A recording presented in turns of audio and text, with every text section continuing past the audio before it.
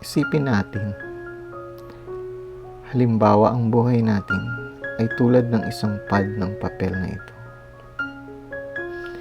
Bawat pahina nito ay simbolo ng bawat araw sa ating buhay. Isang blankong papel na sa bawat umaga ay tayo ang magsusulat dito. Pagdating ng gabi, ay pipilasin natin ito at ilalagay sa isang sisidlan.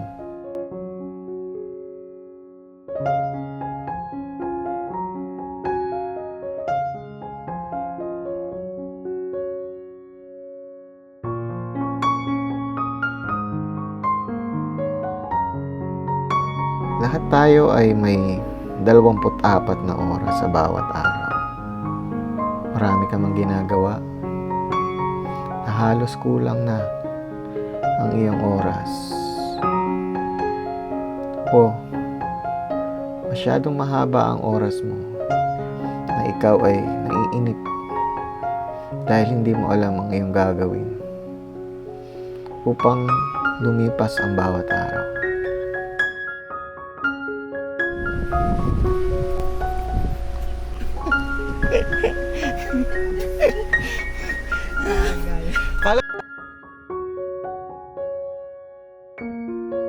Tahan natin.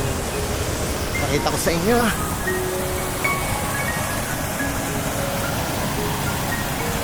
Basically, nasa gilid lang tayo ng kalsada. Tingnan nyo.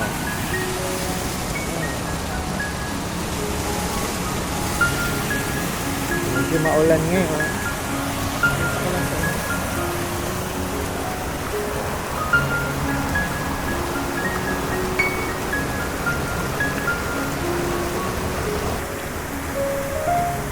Hindi ma-justify ng camera yung yung ganda ng paligid. Kaya mas maganda talaga kayo mismo nagpupunta dito. Mas maganda.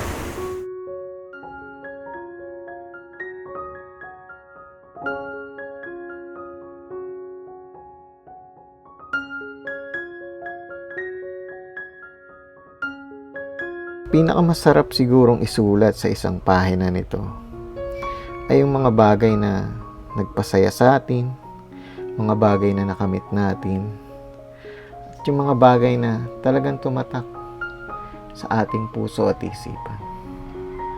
Sa bawat pahina na ating sinusulat dito, ito man ay masaya o malungkot, isang pagkakamali o isang tagumpay, pagdating ng gabi, pipilasin natin ito at ilalagay sa isang sisidlan. Ngunit ang maganda nito, sa bawat araw ay mayroon tayong isang panibagong pahina na maaari mong sulatan.